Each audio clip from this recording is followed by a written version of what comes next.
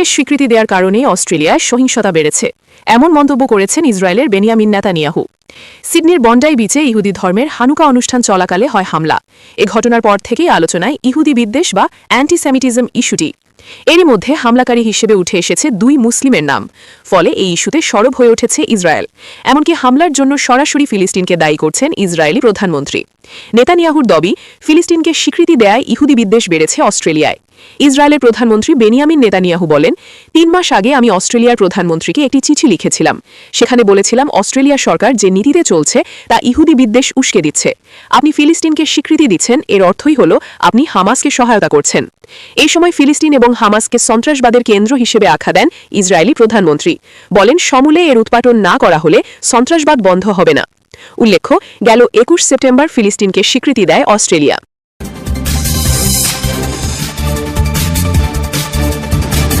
Taiwan চীন যুদ্ধের সম্ভাবনা নিয়ে পেন্টাগনের গোপন নথি ফাঁস। পেন্টাগনের একটি অতি গোপনীয় মূল্যায়নে ইঙ্গিত মিলেছে যে যদি যুক্তরাষ্ট্র তাইওয়ানে কোনো সামরিক হস্তক্ষেপ করে তাহলে চীনের সঙ্গে সংঘাতে তারা পরাজিত হতে পারে। নিউ ইয়র্ক টাইমসের প্রতিবেদনে বলা হয়েছে, এই মূল্যায়নের নাম ওভারম্যাচ ব্রিফ। এতে বলা হয়েছে মার্কিন বাহিনী তাদের ব্যয়বহুল উন্নত অস্ত্রের ওপর বেশি নির্ভরশীল হওয়ায় চীনের সস্তা ও দ্রুত তৈরি করা অস্ত্রের মুখে ঝুঁকিতে আছে। প্রতিবেদনে আরও হুঁশিয়ারি দেওয়া হয়েছে যে সংঘাত শুরু হলে চীন সহজেই মার্কিন ফাইটার স্কোয়াড্রন, বড় যুদ্ধজাহাজ এবং এমনকি উপগ্রহ নেটওয়ার্কও অচল করতে পারবে। এ ধরনের পরিস্থিতি মহড়া চলাকালীনই লক্ষ্য করা গেছে।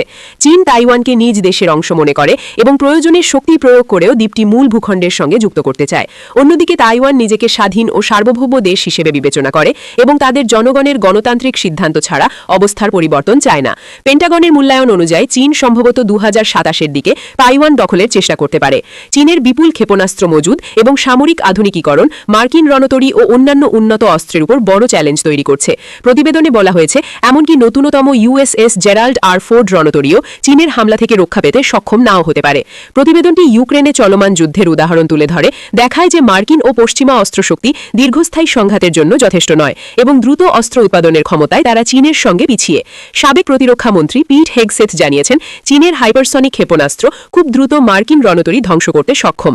সবশেষে বলা হয়েছে, ক্রুজ ও ব্যালিস্টিক ক্ষেপণাস্ত্রের ক্ষেত্রে চীন যুক্তরাষ্ট্রের থেকে অনেক এগিয়ে। পূর্ববর্তী বিদেশি সহায়তায় মার্কিন গোলাবারুদের মজুদ কমে যাওয়ায় ঝুঁকি আরও বেড়েছে। তথ্যসূত্র দি ইন্ডিপেন্ডেন্ট।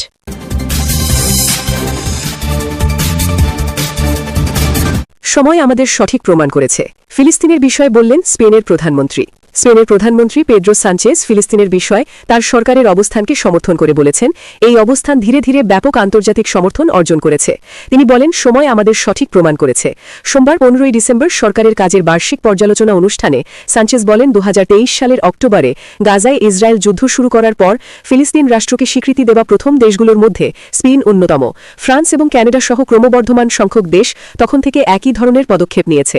তিনি সমালোচকদের জবাব দিতে গিয়ে উল্লেখ করেন, সময় আমাদের সঠিক প্রমাণ করেছে, বিশ্ব আমাদের পক্ষে ছিল। সানচেজ আরও উল্লেখ করেন, স্পেন এই বছর ইসরায়েলের বিরুদ্ধে 9টি পদক্ষেপের একটি প্যাকেজ গ্রহণ করেছে। এর মধ্যে রয়েছে স্থায়ী অস্ত্র নিষেধাজ্ঞা এবং ফিলিস্তিনের সাহায্য বাড়ানোর প্রতিশ্রুতি।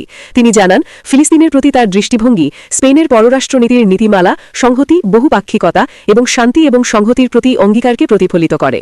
প্রসঙ্গত, গত 11 অক্টোবর থেকে গাজায় মার্কিন মধ্যস্থতায় হামাস ও ইসরায়েলের মধ্যে যুদ্ধবিরতি কার্যকর হয়েছে। 2023 সালের অক্টোবর থেকে ইসরায়েলি গণহত্যার যুদ্ধ অঞ্চল জুড়ে নিহতের সবশেষ সংখ্যা 70,000 ছাড়িয়ে গেছে। একই সময় 1,70,000-এর বেশি মানুষ আহত হয়েছে।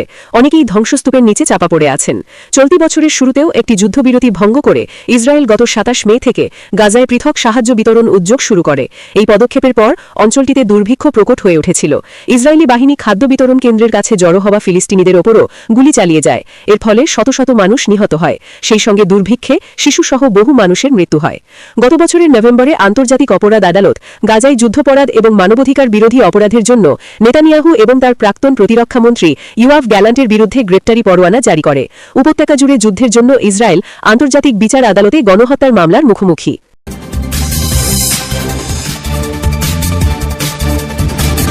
গাজায় সংগঠিত যুদ্ধাপরাধ তদন্তের বৈধতা নিয়ে ইসরায়েলের আপিল খারিজ করে দিয়েছে আন্তর্জাতিক অপরাধ আদালত আইসিসি।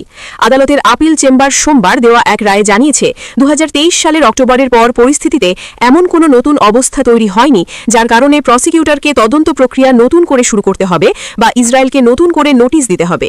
রায়ে আপিল চেম্বারের বিচারকরা প্রি ট্রায়াল চেম্বারের আগের সিদ্ধান্ত বহাল রাখেন। তারা বলেন 2023 সালের অক্টোবর থেকে চলমান তদন্তটি একই ধরনের সশস্ত্র সংঘাত, একই ভূখণ্ড এবং একই পক্ষকে ঘিরে যেগুলো দীর্ঘদিন ধরে চলমান ফিলিস্তিন পরিস্থিতি সংক্রান্ত মামলার আওতাতেই পড়ে। এর আগে ইসরায়েল দাবি করেছিল 7 অক্টোবরের পর সংঘাতের ব্যাপকতা ও মাত্রা মৌলিকভাবে পরিবর্তিত হয়েছে।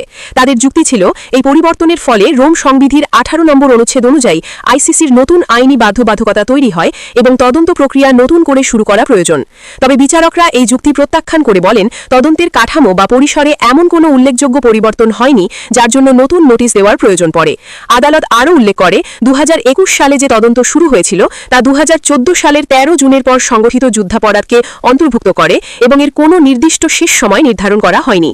আইসিসির এই রায়ের ফলে 2024 সালের নভেম্বরে ইসরায়েলের প্রধানমন্ত্রী বেনিয়ামিন নেতানিয়াহু এবং সাবেক প্রতিরক্ষা মন্ত্রী ইয়োভ গালান্তের বিরুদ্ধে জারি করা গ্রেপ্তারি পরোয়ানার আইনি ভিত্তি আরও শক্তিশালী হল।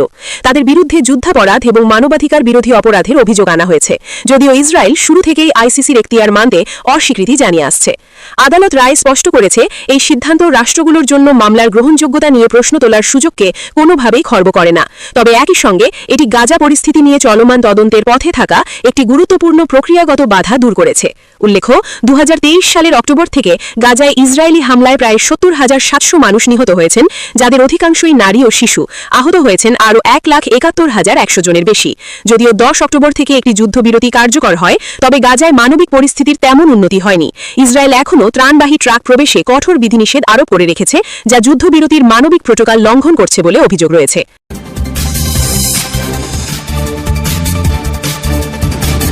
পাকিস্তানকে বিপুল পরিমাণ অস্ত্র দিচ্ছে যুক্তরাষ্ট্র, নতুন চাপের মুখে ভারত।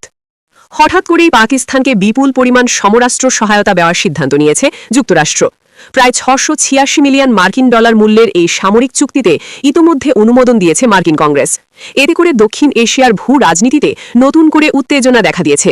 প্রশ্ন উঠছে, এই অস্ত্র সহায়তার মাধ্যমে কি ভারতকে চাপে ফেলতেই চাইছে হোয়াইট হাউস, নাকি এর পেছনে রয়েছে আরও গভীর কোনো কৌশল? চলতি বছরের মে মাসে ভারত শাসিত কাশ্মীরের পাহেলগাম ইস্যুকে কেন্দ্র করে টানা 5 দিন সীমান্ত সংঘাতে জড়ায় ভারত ও পাকিস্তান। ওই সংঘাতে উভয় পক্ষই মিসাইল ও যুদ্ধ বিমান ব্যবহার করে। যদিও পরবর্তীতে সংঘাতের অবসান ঘটে, তবে দুই দেশের মধ্যে উত্তেজনা এখনও পুরোপুরি প্রশমিত হয়নি। এমন পরিস্থিতিতেই পাকিস্তানের সামরিক সক্ষমতা জোরদারে এগিয়ে এল যুক্তরাষ্ট্র। মূলত পাকিস্তান বিমান বাহিনীর বহরে থাকা F-16 যুদ্ধ বিমানগুলোকে আধুনিকায়নের লক্ষ্যে এই সহায়তা দেওয়া হচ্ছে। কাতার ভিত্তিক সংবাদ মাধ্যম আল জাজিরা এক প্রতিবেদনে জানিয়েছে যুক্তরাষ্ট্র পাকিস্তানকে উন্নত হার্ডওয়্যার ও সফটওয়্যার সরবরাহ করবে, যার মূল্য প্রায় 649 মিলিয়ন মার্কিন ডলার। পাকিস্তান বিমান বাহিনীতে বর্তমানে প্রায় 80টি F-16 যুদ্ধ বিমান রয়েছে, যার একটি বড় অংশ পুরনো। এসব বিমানের কার্যকারিতা বাড়াতে যুক্তরাষ্ট্র দিচ্ছে অ্যাডভান্সড আইডেন্টিফিকেশন ফ্রেন্ড অর ফো সিস্টেম, যা শত্রু ও মিত্র বিমান শনাক্তে পাইলটদের সহায়তা করবে। এছাড়াও চুক্তির আওতায় আরও 37 মিলিয়ন মার্কিন ডলার মূল্যের প্রতিরক্ষা সরঞ্জাম পাচ্ছে পাকিস্তান। এর মধ্যে রয়েছে 92টি লিঙ্ক 16 সিস্টেম, যার মাধ্যমে বিমান, যুদ্ধজাহাজ ও স্থলবাহিনীর মধ্যে রিয়েল টাইম যোগাযোগ নিশ্চিত করা সম্ভব হবে। একই সঙ্গে পাকিস্তান পাচ্ছে MK-82 ইনার্ট মডেলের 226 কেজি ওজনের আনগাইডেড বোমা, যা যুদ্ধাস্ত্রের ওয়ারহেড হিসেবেও ব্যবহার করা যাবে এবং শত্রুপক্ষের লক্ষ্যবস্তুতে আঘাত হানতে সক্ষম। বিশেষজ্ঞদের মতে এই চুক্তির প্রভাব ভারতের জন্য তাৎপর্যপূর্ণ। যুক্তরাষ্ট্র দীর্ঘদিন ধরেই ভারতের ওপর তাদের কাছ থেকে অস্ত্র কেনার জন্য চাপ দিয়ে আসছে। এক পর্যায়ে দিল্লি সে বিষয়ে আগ্রহ দেখালেও চলতি বছরের অগস্টে যুক্তরাষ্ট্র থেকে অস্ত্র কেনার পরিকল্পনা স্থগিত করে ভারত সরকার। সমর বিশ্লেষকদের ধারণা, পাকিস্তানকে সামরিক সহায়তা দেওয়ার মাধ্যমে যুক্তরাষ্ট্র পরোক্ষভাবে ভারতকে চাপে ফেলতে চাইছে। এর মাধ্যমে দিল্লিকে আবারও ওয়াশিংটনের কাছ থেকে অস্ত্র কিনতে বাধ্য করার কৌশল নিচ্ছে হোয়াইট হাউস, এমনটাই মনে করছেন তারা।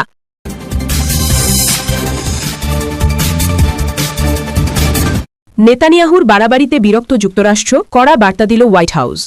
ফিলিস্তিনের স্বাধীনতাকামী গোষ্ঠীর এক শীর্ষ কমান্ডারকে হত্যার ঘটনায় ইসরায়েলের প্রধানমন্ত্রী বেনিয়ামিন নেতানিয়াহুর ওপর ক্ষোভ ঝেড়েছে যুক্তরাষ্ট্র। এই হত্যাকাণ্ডকে যুদ্ধবিরতির স্পষ্ট লঙ্ঘন আখ্যা দিয়ে তাকে কড়া বার্তা পাঠিয়েছে হোয়াইট হাউস। দুজন মার্কিন কর্মকর্তা সংবাদ মাধ্যম অ্যাক্সিয়সকে এ তথ্য নিশ্চিত করেছেন। যুদ্ধবিরতির দ্বিতীয় ধাপ এবং ইসরায়েলের সম্প্রসারণবাদী নীতি নিয়ে ট্রাম্প প্রশাসন এবং নেতানিয়াহু সরকারের মধ্যে অস্বস্তি ক্রমেই বাড়ছে। দুই মার্কিন কর্মকর্তার মতে পররাষ্ট্রমন্ত্রী মার্কো রুবিও, হোয়াইট হাউসের দূত স্টিভ উইটকফ এবং ট্রাম্পের উপদেষ্টা ও জামাতা জ্যারেড কুশনার এখন নেতানিয়াহুকে নিয়ে অত্যন্ত হতাশ। শনিবার ১৩ ডিসেম্বর হামাসের সামরিক শাখার উপপ্রধান কমান্ডার রায়েদ সাদকে হত্যা করে ইসরায়েল। গাজা সিটিতে চালানো ওই হামলায় মোট ৪ জন নিহত হন। মার্কিন কর্মকর্তারা জানান, হামলার আগে ইসরায়েল সরকার যুক্তরাষ্ট্রকে বিষয়টি জানায়নি বা কোনো পরামর্শ করেনি। এই হামলার পর হোয়াইট হাউস থেকে নেতানিয়াহুকে পাঠানো বার্তায় বলা হয়, আপনি যদি নিজের সুনাম নষ্ট করতে চান এবং দেখাতে চান যে আপনি চুক্তি মানেন না, সেটা আপনার ব্যাপার, কিন্তু গাজা যুদ্ধবিরতি চুক্তির মধ্যস্থতা করেছেন প্রেসিডেন্ট ট্রাম্প, আমরা আপনাকে তার সুনাম নষ্ট করতে দেব না। হোয়াইট হাউসের অসন্তুষ্টির কথা নিশ্চিত করে একজন ইসরায়েলি কর্মকর্তা অ্যাক্সিওসকে বলেছেন, বার্তাটি তুলনামূলকভাবে নরম ছিল এবং এতে বলা হয়েছিল যে কিছু আরব দেশ ঘটনাটিকে যুদ্ধবিরতির লঙ্ঘন হিসেবে দেখছে। তবে মার্কিন কর্মকর্তাদের মতে যুদ্ধবিরতি লঙ্ঘনে নাখোশ হওয়ার কথা স্পষ্ট ও দ্বিরর্থহীনভাবে ইসরায়েলকে জানিয়েছে যুক্তরাষ্ট্র। এদিকে সিরিয়ায় ইসরায়েলের একের পর এক হামলা বা তথাকথিত অভিযানের ইস্যুতেও ক্ষুব্ধ ট্রাম্প প্রশাসন। সীমান্ত পেরিয়ে ইসরায়েলের হামলাগুলো সিরিয়াকে স্থিতিশীল করার মার্কিন প্রচেষ্টায় যেমন পানি ঢেলে দিচ্ছে, তেমনি সিরিয়া ও ইসরায়েলের মধ্যে একটি নতুন নিরাপত্তা চুক্তিতে পৌঁছানোর লক্ষ্যকেও দুর্বল করছে। আগামী 29 ডিসেম্বর মারে লাগোতে ট্রাম্পের সঙ্গে সাক্ষাৎ করবেন নেতানিয়াহু। সেখানে গুরুত্বপূর্ণ এই বিষয়গুলো নিয়ে তাদের মধ্যে বিশদ আলোচনা হবে বলে ধারণা করা হচ্ছে।